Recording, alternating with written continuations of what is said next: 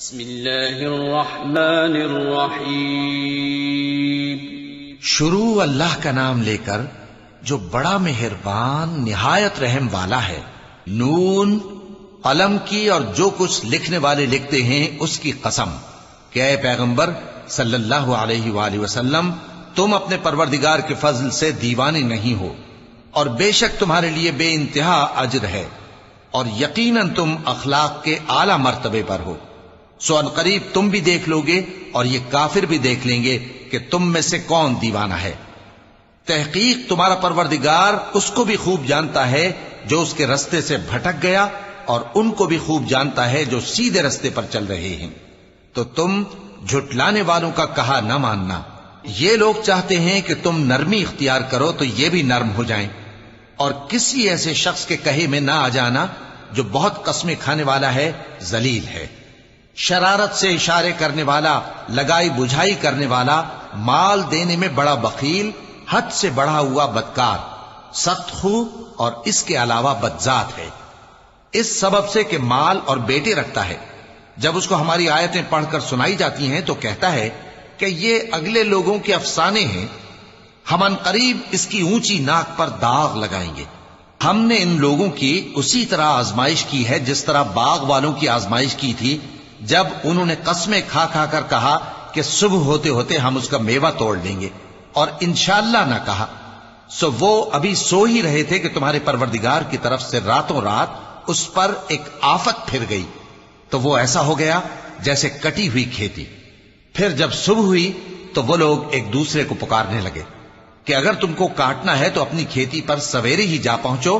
سو وہ چل پڑے اور آپس میں چپکے چپکے کہتے جاتے تھے کہ آج وہاں تمہارے پاس کوئی فقیر نہ آنے پائے، اور کوشش کے ساتھ سویرے ہی جا پہنچے، گویا پیداوار پر قادر ہیں۔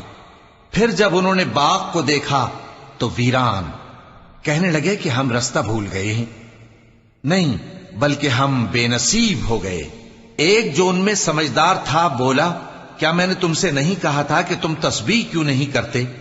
دوسرے کہنے لگے کہ ہمارا پروردگار پاک ہے، بے شک ہم ہی قصوروار تھے۔ پھر لگے ایک دوسرے کی طرف رخ کر کے ملامت کرنے، کہنے لگے ہائے شامت، ہم ہی حد سے بڑھ گئے تھے، امید ہے کہ ہمارا پروردگار اس کے بدلے میں ہمیں اس سے بہتر باغ عنایت کرے، ہم اپنے پروردگار کی طرف رجوع کرتے ہیں۔ دیکھو عذاب یوں ہوتا ہے، اور آخرت کا عذاب سب سے بڑھ کر ہوگا، کاش یہ لوگ جانتے ہوتے۔ پرہیزگاروں کے لیے ان کے پروردگار کے ہاں نعمت کے باغ ہیں۔ کیا ہم فرما برداروں کو نافرمانوں کی طرح نعمتوں سے محروم کر دیں گے؟ تمہیں کیا ہو گیا ہے؟ کیسی تجویزیں کرتے ہو؟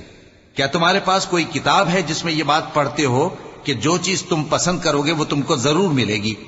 یا تم نے ہم سے قسمیں لے رکھی ہیں جو قیامت کے دن تک چلی جائیں گی کہ جو کچھ تم طے کر لو گے وہ تمہارا ہوگا؟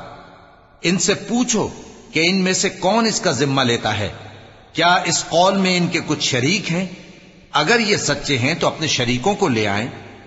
جس دن پنڈلی سے کپڑا اٹھا دیا جائے گا اور کفار سجدے کے لیے بلائے جائیں گے، پھر وہ سجدہ نہ کر سکیں گے، ان کی آنکھیں جھکی ہوئی ہوں گی اور ان پر ذلت چھا رہی ہوگی، حالانکہ پہلے اس وقت سجدے کے لیے بلائے جاتے تھے جبکہ وہ صحیح و سالم تھے۔